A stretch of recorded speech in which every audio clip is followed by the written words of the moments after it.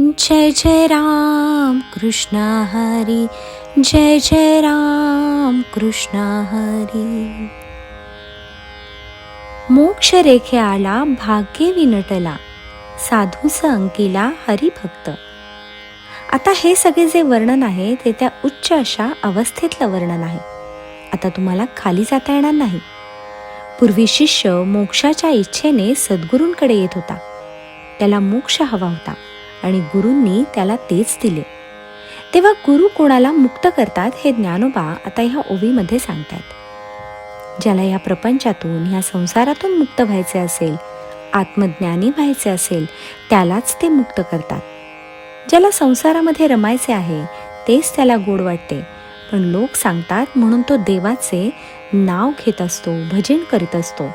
ज्याला मुक्तीची जरुरी नाही, जो मुक्त होऊ इच्छित नाही, मग त्याला ते मोक्ष कसे देतील? म्हणून ज्ञानोबा येथे म्हणतात, मोक्ष रेखे आला भाग्ये विनटला. जो मोक्षाच्या रेषेने, मोक्षाच्या इच्छेने सद्गुरूंकडे आलेला आहे, मोक्षाच्या पंथाने आलेला आहे, मोक्ष घेण्यासाठी तो सद्गुरूंकडे आलेला आहे. मोक्ष रेखे आला भाग्ये विनटला. म्हणून ज्ञानोबा म्हणतात, असा शिष्य जो मोक्षाच्या पंथाने येऊन मोक्षप्राप्तीसाठी सद्गुरूंकडे आलेला असतो, त्याला ते भाग्य प्राप्त झालेले असते. भाग्याने तो विनटला म्हणजे तो सुशोभित झाला. ते भाग्य त्याला प्राप्त झाले. मोक्षाचे ऐश्वर्य त्याला प्राप्त झालेले आहे. मोक्ष रेख्याला भाग्ये विनटला, साधूंच अंकिला हरिभक्त. असा हा जो हरिभक्त आहे, असा हा जो आत्मस्वरूपामध्ये भक्ती करणारा साधक आहे, शिष्य आहे, तो त्या आत्मस्वरूप सद्गुरूंचा अंकित होऊन जातो. त्यांच्या स्वरूपामध्ये एकरूप होऊन जातो. त्यांच्या बरोबरीचा होऊन जातो.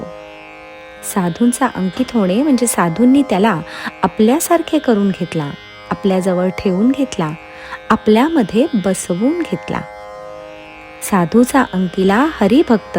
असा हा जो हरिभक्त आहे, आत्मस्वरूपाची इच्छा करणारा, आत्मस्वरूपामध्ये जाणारा, मोक्षाला प्राप्त करणारा हा हरिभक्त त्या सद्गुरूंचा अंकित होऊन जातो, म्हणजे सद्गुरूंच्या स्वरूपामध्ये विलीन होतो, असे ज्ञानोबांना सांगायचे आहे.